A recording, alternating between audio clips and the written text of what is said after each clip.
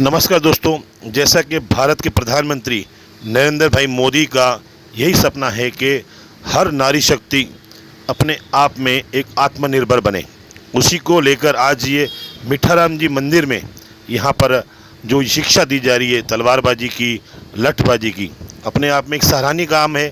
हमारे साथ जो है सचिव, संस्था के सचिव महंत हर्षिता दास, जिन्होंने यहाँ पर महिलाओं को आज ये तलवारबाजी सिखाई है। 5 दिन का यहाँ पर जो ये शिविर लगाया गया था, वास्तव में दोस्तों महिलाएं बढ़ती गई। शुरुआत में तो 1-2 महिलाएं आई, और दूसरे को देखते देखते यहाँ पर बढ़ती गई महिलाएं। साथ साथ बच्चों को भी यहाँ पर शिक्षा दी गई। ये आप देख सकते हैं कैसे हर्षिता दास महंत सिखा रही हैं। तलवारबाजी, लठबाजी भी यहाँ सिखाई गई ताकि हर महिला आत्मनिर्भर बन सके, क्योंकि उनको घर से बाहर निकलना पड़ता है किसी भी काम के लिए, चाहे वो नौकरी हो या और कोई काम। तो रास्ते में कहीं ना कहीं उनके साथ कुछ हादसा हो जाए तो उनको कुछ तो कला आनी चाहिए उनसे निपटने के लिए, बदमाशों से। ये आप देख सकते हैं यहाँ पर क्लासेस चल रही है। आज अंतिम दिन है क्लास का। हालांकि ये 5 दिन का शिविर लगाया गया था यहाँ पर। जब हमारी बात महंत हर्षिता दास से हुई, उन्होंने कहा कि अगर महिलाएँ चाहेंगी तो इनको पूरा साल कंटिन्यू करेंगे और हम यहाँ पर अखाड़ा भी खोलेंगे। आइए आगे सुनाते हैं आपको महंत हर्षिता दास की ज़बानी उनका क्या कहना है।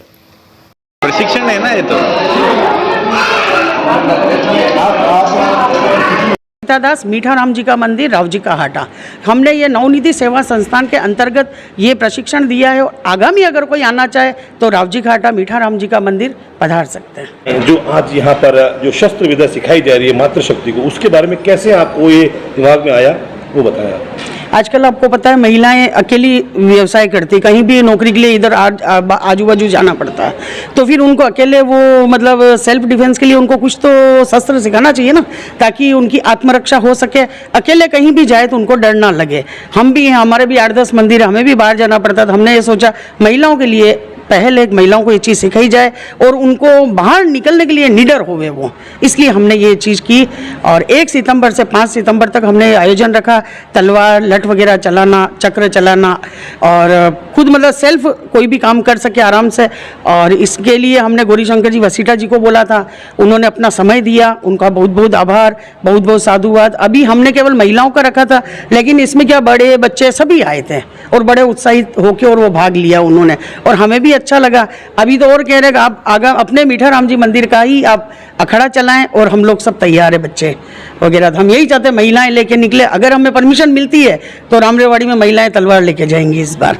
और आगे आयोजन हमारा ऐसा है, 200-250 महिलाएं आए और बड़े मतलब स्केल पे हम लोग करेंगे ये चीज़। इस चीज़ का प्रचार हो, उसके लिए क्या करेंगे आप, चीज़ आगे पहुंच सके महिलाओं तक सीखने के लिए? जी, हम ये जैसे यहाँ महिलाएं आई है तो इन्होंने कभी पहले दिन हमारे पास में 2-3 महिलाएं थी, फिर उन्होंने जाके अपने अपने संपर्क की महिलाओं को बोला, और सभी एक दूसरे से बोल रही, एक महिला 2 को लाएगी, 2 आगे 2 को लाएंगी, और ऐसे करके प्रचार प्रसार किया जाएगा।